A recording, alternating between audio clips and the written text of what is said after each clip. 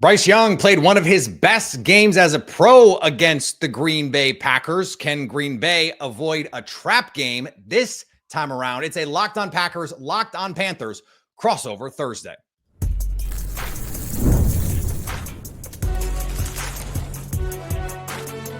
You are Locked On NFL Crossover, part of the Locked On Podcast Network. Your team every day.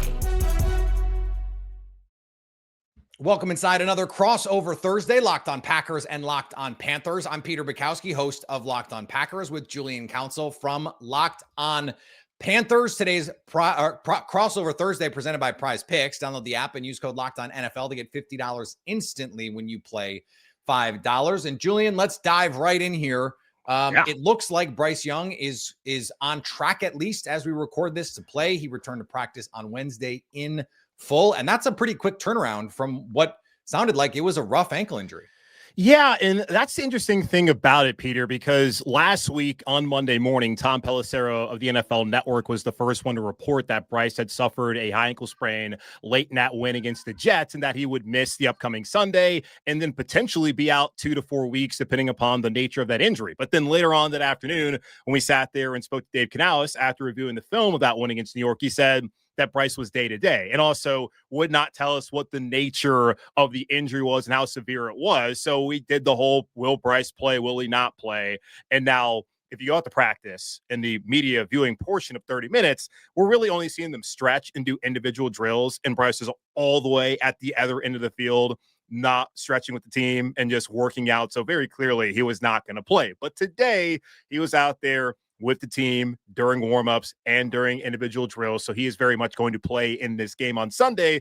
If he doesn't, though, like Andy Dalton, apparently he's banged up. He hurt his thumb early in the game last Sunday in horrific performance that he had against Buffalo. He did not practice on Wednesday. So we'll see how that moves forward. I asked Dave if it's not Bryce, which I think it's going to be, and if it's not Andy, then who would it be? Would it be Hendon Hooker? Would it be Mike White? And he said, that's a conversation that we'll have to have. And I don't think it's a conversation that they're going to need to have because it looks like Bryce Young is on track to start this game on Sunday at Lambeau. Certainly does not seem like a conversation you want to have if you're the Carolina Panthers by any means. So is there any indication he's going to be less than 100%? Because one of the best things we've seen from Bryce Young this season is when he kind of runs around and makes some plays. That was what he was so good at Alabama. It's not just all of the rhythm and timing throws, because he's a smaller quarterback. Some of those, especially in the middle of the field, are tougher. I don't think there's any indication that he's not going to be pretty much fully 100% to go, because you even looked at last week when he was running, he looked fine, honestly. I guess they just wanted to be careful with that. And of course, there's the planning and all the other things that go into playing the position and playing the game that he probably was not able to do, which is, of course, why he did not play. I think that he'll be good to go. There won't be any limitations. Now, Dave did say that it was a modified practice on Wednesday in the rain. The rain will finally stop here in Charlotte on Thursday, so they'll get some sun and they'll get him out there on Friday as well. And I'm guessing he'll be full both those days, and there won't be any sort of concern. And if anything, if he has a designation, I would guess it's going to be questionable or probable. Like, I think he's going to be good to go. This is something that, like, I think the Panthers are still figuring out with Bryce Young. But are they closer, like in year 2, are they closer to understanding what they have in terms of where he excels and where he's flawed? Like he got benched last year. Andy Dalton comes in. Andy Dalton, a car accident, right? And then that throws Bryce Young back into the lineup, and he plays better. Well, let's actually start there, because I've heard some conflicting opinions from Panther folks about how much better he actually was at the end of the year. Did you feel like there was a step that he had taken there, and that maybe there was some regression early this season? Like, where do you view his development at this point? Yeah, he was awful to start last season. I mean, just unplayable. And I was sitting here saying, guys, you're 2 weeks into this. They have a brand new offensive line, brand new weapons. You don't pull the plug. Well, they pulled the plug after 2 weeks, and that turned out to be the right thing. Now, we still don't know. And this is my thing about the turnaround that he had last season. We don't know when Bryce is going to go back in there. And I assume he would have, because they were 1-7, I think, by the time he went back in as the starter after Andy had the thumb injury. Right. And mind you, what's the point of Andy Dalton at that point? Well, yeah. And then on that Monday, we were peppering Dave with questions about, hey, man, you guys have lost again. Andy's not looking really good. Just got blown out by Washington. When's Bryce going to come in? He kept saying, this is not about Bryce, about Andy, and Andy this, Andy that. And then later on that day, Andy gets in the accident. So I think he did play a lot better in the second half of the season, because how could he not when he was so bad against New Orleans and so bad against the Chargers? Like his last game out against a bad Falcons defense, he played really well in that game, but he also played well against Kansas City to where they tied with 2 minutes left. And then KC did what they did and got away with it like they did for most of the season until they didn't at the end against Philadelphia. Xavier Legette dropped the winning touchdown. And against Tampa, Carolina thought they had won the game. 30 seconds left, but the worst defense, scoring defense-wise in the history of the NFL, couldn't get off the field. So I did think it was real at the end of last season based off of those performances especially. So why hasn't it carried over into year 3 then? Yeah, that's a good question, because you saw week 1, it was the same issues that you had last year. It's the turnovers. Like that's really what kills Bryce and kills this offense at points in time. And you don't see the downfield passing attack that you would like to see at this point in time. Like I put this out there multiple times. He has over the last couple of weeks, he has not thrown for over 200 yards. He's only done that one time this season. That has been a common occurrence during his tenure in Carolina. And I think it was the Patriots game. Going into that, he was like or the Panthers were 5-15 in those games where he threw for less than 200 yards. Now they had won 3 in a row right after that, with him not putting up those kind of numbers. I don't really know. I think maybe it's not a lot of trust in Dave Canales and Bryce Young and wanting them to do more. There's a young receiving core that they have here with Xavier Legette, Jalen Coker. He did not play until 2 weeks ago against the Jets and not record a stat until last week when he had 3 receptions. And Legette hasn't really looked that great. Tedero McMillan has been good. I think it's part of the personnel. It's also getting comfortable in the offense. And I think just the offensive play caller and head coach, Dave Canales, not having the kind of trust that you would hope to have had at this point in time in your young quarterback, in your starter. I want to dig into some of the matchups here a little bit, Julian, but I have had, and going back and watching this team, I've had a lot of trouble figuring them out. Like you blow out the Falcons, then you get blown out, and then you win 3 in a row, including a win. I thought a nice win over the Dallas Cowboys, where the running game was unbelievable. What are we supposed to make of this team right now? I was able to kind of figure this out after the game on Sunday. We know, based off of how they played against the AFC East, as they played all 4 of those games, who they aren't, and kind of who they are. So they're not one of the worst teams in the NFL, because they beat the Jets and they beat the Dolphins. Now, they didn't look good at beating the Jets, and they put themselves in the hole against Miami, but statistically, they were far superior in that game. So they're not a part of the dregs of the NFL anymore, which is an improvement, obviously. They're also not a contender, because they lost by a combined 60 points against New England and Buffalo. So what they are is kind of right there smack dab in the middle of the league at 4-4, because they beat a team in Dallas who, I don't think the Cowboys are that great, but still Dak Prescott's having a nice season. You won that game. Anytime you're able to beat Dallas, obviously because of the whole Cowboys of it all, it's a good win. But especially that Sunday was a good win for Carolina. So I think that they're probably going to be a 7-10, 8-9 kind of team. Now, the rest of the schedule, including this game, is not very welcoming for them. They have New Orleans twice. They have an Atlanta team who may be a zombie Falcons team by the time they play them in a couple weeks, that they could absolutely beat. Outside of that, I don't know where they find potentially that 8th win or even that 9th win if they're going to be a contender this year. So I think that they're just a fine, mediocre team, which is a lot better than being awful, which has been the case over the last couple of years. Yeah, one of the rare you are what your record says you are, almost to a T. Like they are just a 4-4 team. They can beat the bad teams, and against the good teams, they've really had issues. And so, we'll see what it looks like moving forward. Do you think in the trajectory overall of the franchise, though, they're on the right path here? Oh, yeah, absolutely. And I think they have 12 rookies on the roster right now. So this is a young team, especially at the receiver position. I think what they've done as far as shoring up the futures of guys like Derek Brown, who's been tremendous this year, and J.C. Horn, who was a Pro Bowler for the first time last year, that's a good step in the right direction. Some of the guys they added in free agency, like Turk Wharton and Bobby Brown III on the defensive line, that's helpful. They're just young some spots. They're spending the most money in the NFL on the offensive line, and they should have most of those guys back who would be their regular starters for next year as well. So, yeah, I think they're heading in the right direction. There's finally appears to be some continuity and alignment, which is, an overused term, but it is important. David Tepper appears to have taken a step back and allowing Dan Morgan to do his job. Brent Tillis, who's the EVP of football operations coming over from Kansas City, handling the captain contract. He's been in a nice role for them as well. And then Dave Canales, I have my questions about him as a play caller Hmm. and whether he really is the right guy for the job, but he has been steady so far. So I do think that they're getting, like I mentioned, back to just being solidly right there in the middle, which is not where they've been since the time basically David Tepper bought this team nearly a decade ago. Yeah, if there are any Packer fans' questions about whether or not they want an owner, you just look at what's going on in Carolina, and I think you have your answer right there. I want to dig into some of the matchups here with Julian as we move forward here. Locked on Packers, a Locked on Panthers crossover Thursday. Today's episode of Crossover Thursday brought to you by our friends at PrizePicks. Every day we make decisions, but on PrizePicks, being right can actually get you paid. Don't miss the excitement of this football season with PrizePicks, where it's good to be right. Playing PrizePicks is a fun, simple way to add more excitement to football. You just pick more or less on player projections like Josh Allen's passing yards or Saquon Barkley's rushing for a touchdown, and you're in the game. Plus, you can have stacks. This is a new feature with PrizePicks. So you want to ride one player. You want to take Jordan Love, passing yards and touchdowns and rush yards all in one lineup. You can do that. Download the PrizePicks app today and use code LOCKEDONNFL to get $50 in lineups after you play your first $5 lineup. That's code LOCKEDONNFL for $50 in lineups after you play your first $5 lineup. PrizePicks. It's good to be right.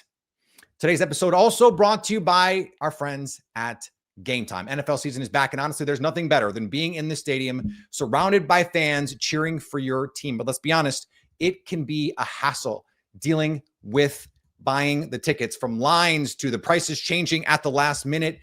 You don't want to deal with that. You don't want to worry about the tickets and are they exactly what I think I'm getting. I just pulled it up. You can get tickets for Packers Panthers this weekend for under $200 right now on Gametime. It's faster, it's cheaper, it's less stressful than any other way that I've bought tickets. So download the Gametime app, create an account, and use code LOCKEDONNFL for $20 off your first purchase. Terms apply. Again, that's promo code LOCKEDONNFL for $20 off. Swipe, tap, ticket. Download Gametime today. All right, we are back. Crossover Thursday, Locked on Packers, Locked on Panthers. Julian, I want to start here with some of the matchups. But before we get to the matchup part of this, I want to ask you, do you believe in the theory of a trap game? Yes and no. I don't think there's any trap games in the NFL. If we're talking college, I can buy that because it's 18 to, I guess now 25-year-olds that you're concerned about what they're up to and what their mindset is. But now they're getting paid millions. So that shouldn't be an excuse anymore either. It still is, unfortunately. You're right. But the NFL, I don't buy into that being a trap game because, they get paid in college now, but truly here, everybody's a professional. So no, I'm not a believer in trap games at this level. So we have our squad show, and Jeff Jagosinski, former Packers offensive coordinator, is one of the guys that we do that show with. And he always says, it's my favorite Jagsism, you are eligible to get your ass kicked every Sunday. Yes. And I think that you have to remember that, right? You have to remember that if you don't bring at least your B- game in a given weekend, you can get your ass kicked. And the Panthers have already done it. That's why I think if you're Matt LaFleur, it's not going to be hard to pull up a game and go watch what they did to the Atlanta Falcons. Watch how well they played, how well they ran the ball against the Dallas Cowboys. I don't think it's going to be a hard sell to take this Panthers team seriously. I think this Panthers team looks very different now than they might have on the schedule on paper, 2 months ago. So you should be able to get up for a game like this. Yeah, I would think so as well. And the Atlanta game does feel like an anomaly based off of all their performances so far this season. And hell, they're a team that just came off of a 40-9 loss at home against Buffalo. Sure. And all those guys, J.C. Horn said it, Derek Brown said it, Mike Jackson, their second corner, said it today in the locker room. It's the NFL, man. You get your tail kicked any single week. And also, you always got to have high confidence because it's going to happen. And I remember Ron Rivera famously said after the Panthers gave up a 50-burger against Pittsburgh, back when Cam Newton was still here a couple of years ago, he said, it happens. Add 2 other letters in front of it. I gotcha. That's the league, man. So I will be very curious to see how the Panthers bounce back because the last time something like that happened to them against New England, they bounced back and had a comeback win against Miami. Now, this is a far superior opponent. But yeah, the Packers absolutely should have the Panthers' attention heading into this game based off of how Carolina looks now compared to what it appeared they're going to look like after the first 6 quarters of this season. Yeah, Aaron Rodgers had said the same thing after they got their tails kicked by the New Orleans Saints in Week 1 of 2021, and they ended up being the 1 seed in 2021 even after that happened. So certainly, I think Packer fans are understanding that this is a week-to-week league, and that's not a cliche, or it is, but it's a cliche for a reason because we know it to be true. I was looking at the matchups here, and the Packers defense specifically. One of the places where they are most vulnerable is intermediate passing. And I was like, okay, well, this is a quarterback. This is an offense that could potentially take advantage of that. And then I dug into some of it. I watched some of it. And that's really not true. Bryce Young, in fact, has been pretty mediocre in terms of attacking the intermediate era, 25th out of 33 qualifiers in EPA per dropback. On intermediate throws, only Cam Ward has a lower completion percentage above expectation on those throws. I would have thought, Julian, that kind of would have been his bread and butter, but it hasn't been. So what is this offense specifically in the passing game? What are they good at? That's a great question because I'm still trying to figure out what they're good at because they haven't really been good at anything. You don't see a ton of downfield throws, and the longest completion of the season was from Andy Dalton to Xavier Legette a couple of weeks ago in a play that salted away the game against New York. So, they really don't have a ton. And it's not like they do a lot of quick passing game like we saw last week in the loss against Buffalo where they did a ton of that. The Bills weren't trying to throw the ball down the field. It was just get it out quickly to Khalil Shakir and the rest of that wide receiver unit. And Carolina doesn't really do that. They don't do a lot of the intermediate stuff. They're not even kind of the short stuff a lot. So I don't know what they do well because they don't do anything well in the passing game at this point in time. What their bread and butter has been running the football. And now that's what Dave Canales said they wanted to do when he first got here. Didn't do a ton of that last year, but those 2 weeks where Rico Dowdle was the primary back, that's what they did. And I'm guessing on Sunday where Dave has at least hinted at it, Rico will be once again the primary back with Chuba Hubbard taking a lesser role. That's what they're going to try to do. And maybe they can mix in some play action and possibly a couple of shots, which, Bryce has made some of those throws, at least to the corner, on some of those corner routes to where that's been effective for him. But overall, down to down, there's not much they really do well in the passing game, to be honest. I would guess, and usually when you're the opposing team coming in, you want to limit the number of plays because you can create some variance if you do that. Hold the ball, possess the ball, run the ball effectively, go on those 10, 12, 15 play drives and try and be effective in the red zone. That has to be the plan if you're the Carolina Panthers. And I just looked it up, 31st out of 33 qualifying quarterbacks in EPA per dropback on what next gen deems long throws. So anything over 20 yards. So they're not a good intermediate passing. They're not a good deep passing team. And the Packers are the number 1 defense in not allowing explosives this year. I think number 2 behind Denver. They were number 1 early in the season. So it seems like this is going to come down to, can they run the football? Because it seems like as well, when they've been able to run the football, they've been able to move the ball through the air a little bit more effectively. When they can't run the football, this offense just kind of dies. Yeah, and I guess there is one thing they do well. It's get the ball to Tetero McMillan. He has been really good for them, the rookie out of Arizona, went 8th overall. It's going to have to come down to the run game. Now, I do have concerns just about the Panthers' offensive line right now as they're banged up. You have a couple of guys like Rob Hunt, who I think is their best offensive lineman. He is on IR right now with a biceps injury. He may return, which I'm finding to be insane because typically that's a season ender. But he may be back at some point in time. But they're getting Chandler Zavala off of IR. He can probably step in and play right guard, and they're going to need him to because Brady Christensen, who was filling in for Rob Hunt, the other right guard, tore his Achilles or ruptured it on Sunday, had surgery on Wednesday. So he's done for the year. Taylor Moton, he had a knee injury. He may be available on Sunday. If it's not him, it's Josh Nyman, who has been dreadful this year at right tackle. I was looking at the numbers. Know the Josh Nyman life. Yeah, you guys know he has a 17.3% percent allowed so far. A lot of percent I said there. And his pass blocking snaps so far this season. So that's like a fifth of the time he's giving up pressure. He's not been good. Cade Mays, who's taken over as a starting center after Austin Corbett went on IR and Corbett's back now. He may not play, and it looks like he's not going to play on Sunday. So Corbett probably steps in. Damian Lewis has been really good at left guard. And then Ike Ekwonu is having a solid season at left tackle. That's my concern of, can these guys be able to get a push up front? But really, can they stop guys like Micah Parsons in this Packers pass rush, because you get into a point in time in the season where, yes, everybody's banged up, but when you're banged up on the offensive line, which Carolina's been throughout the year, that is a recipe for things to really snowball, kind of like what happened on Sunday where they lost 3 guys in that game and you get your ass kicked 40-9. Yeah, and Ike Ekwonu, high draft pick, he has not seen a guy like Micah Parsons this season. So no, Parsons playing at an extremely high level, and one of the things, and I haven't watched it as closely, but one of the things I remember from him coming out was I felt like you could get him on inside moves if you were a speed rusher and could work back inside. Micah Parsons does that as well as any edge rusher in the NFL. In fact, most of his wins come on working back inside. The Packers are doing some really cool things with him, Julian, where like they will line him up behind the tackle in the B gap, and then he has a 2-way go. And then it's just up to the offensive line to try and sort it out. And it has been a nightmare for everyone that has seen it just the last couple of weeks. It's like he's in the I formation, but it's Micah Parsons. And so some really cool stuff that they're doing, deploying him there.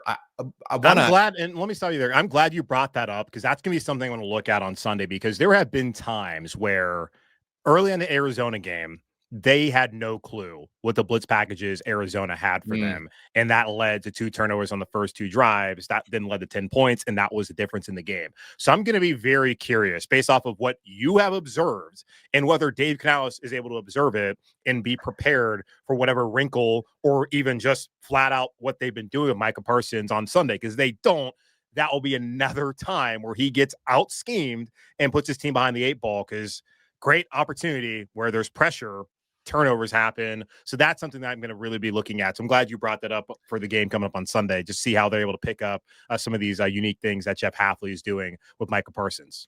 Yeah, Jeff Hafley from the college world, but has been an NFL coach most of his career. And we know the Cardinals do some college-y kind of stuff. Like they will junk it up. And so I would expect that the Packers will have some interesting things to do there. I want to get some keys to victory here, Julian, on a crossover Thursday when we come back here in just a second.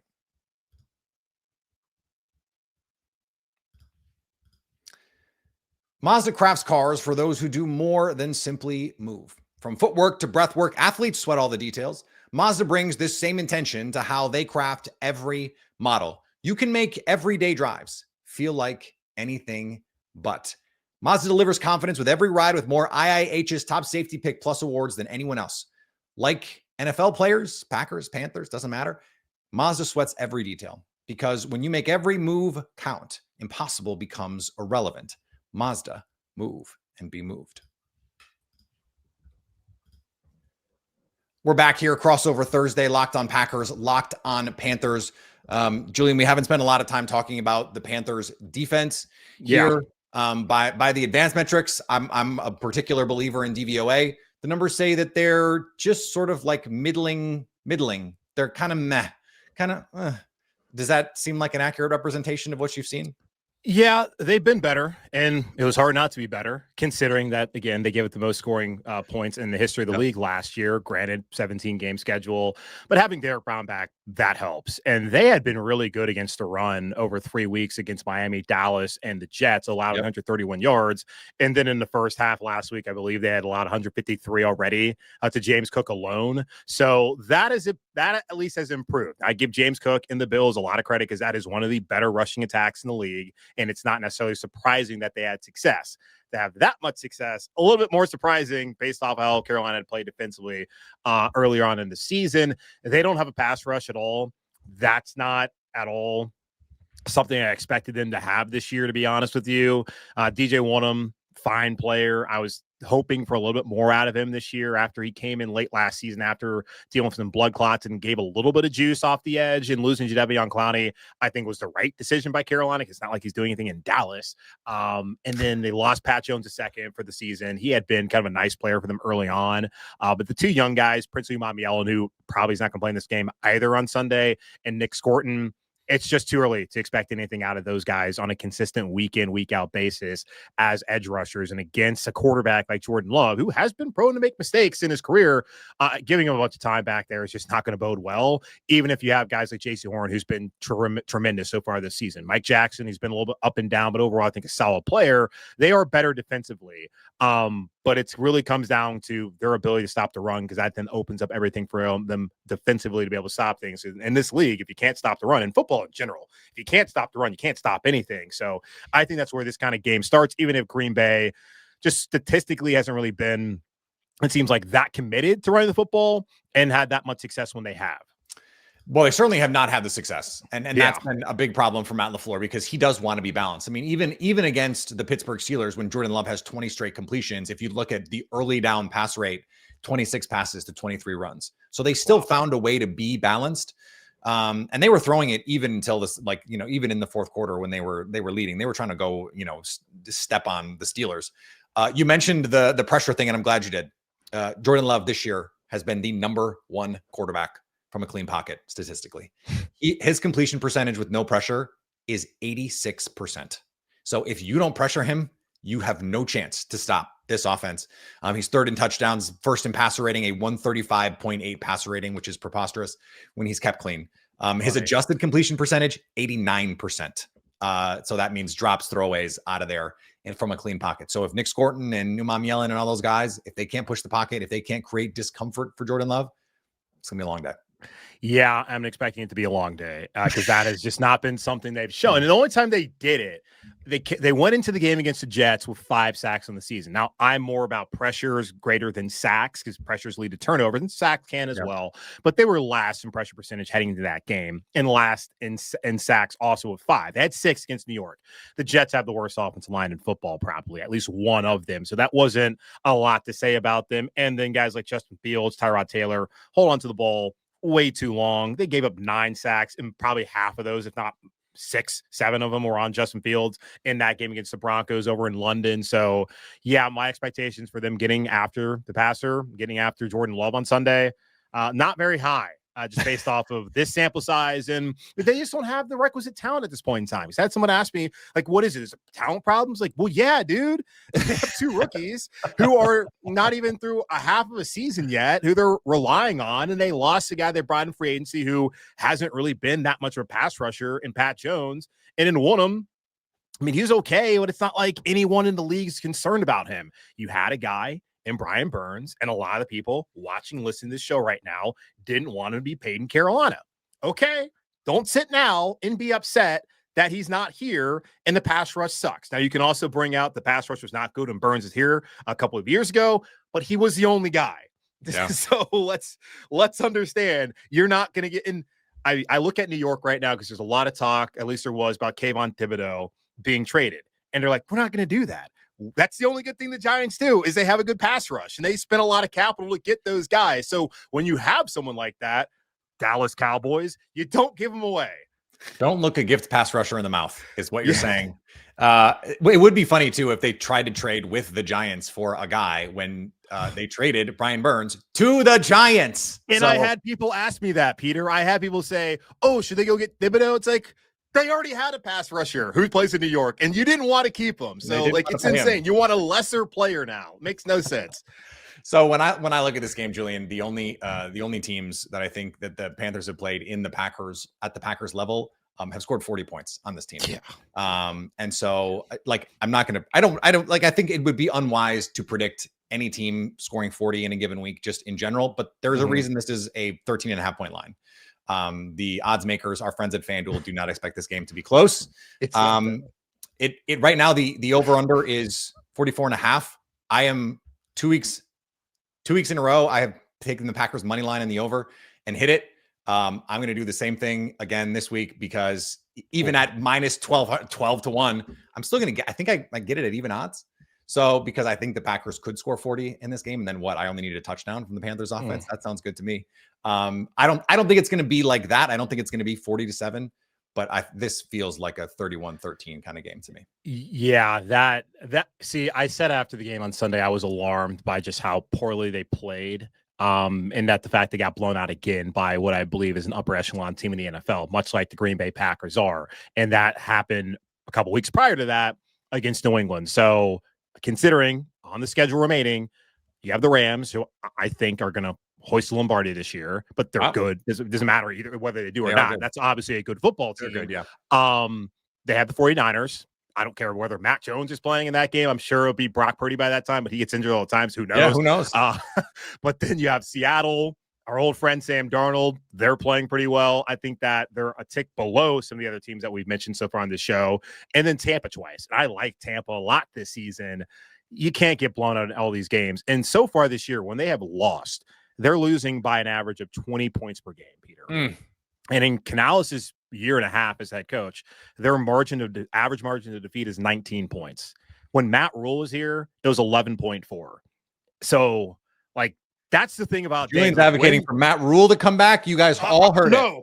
No, I'm not. I'm not. That's Nebraska and soon to be Penn State's problem. But that's just pointing out, just like when they lose, they get demolished. Like it looks as bad as it looked on Sunday. And my hope is, like, if they have really taken a step forward to being more in the middle, you can't get destroyed every single time you play one of these types of teams. So that's something I'm interested in. And the big reason that happens is turnovers.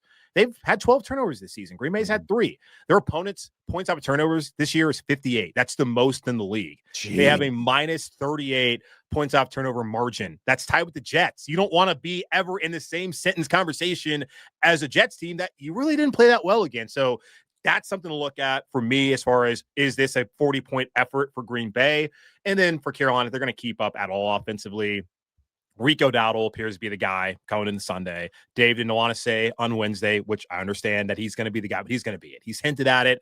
Rico's been phenomenal when he's gotten the opportunities. When you look at running backs with at least 75 carries this season, he's 3rd in EPA per rush, right behind Jonathan Taylor and James Cook. Yeah. He's 6th in success rate as far as rushing. He's 3rd in successful offensive play percentage. He is 2nd in explosive play percentage among running backs, only behind, again, Jonathan Taylor. So he has been one of the top 5 backs in the league, and he's not even been a starter for the majority of the season. So that's going to be really their key, is riding Rico, Bryce finding something in the pass game, and man, like, just don't turn the ball over. Like, you don't give yourself an opportunity when you do those things. And Bryce has done it, and Andy Dalton certainly did it last week.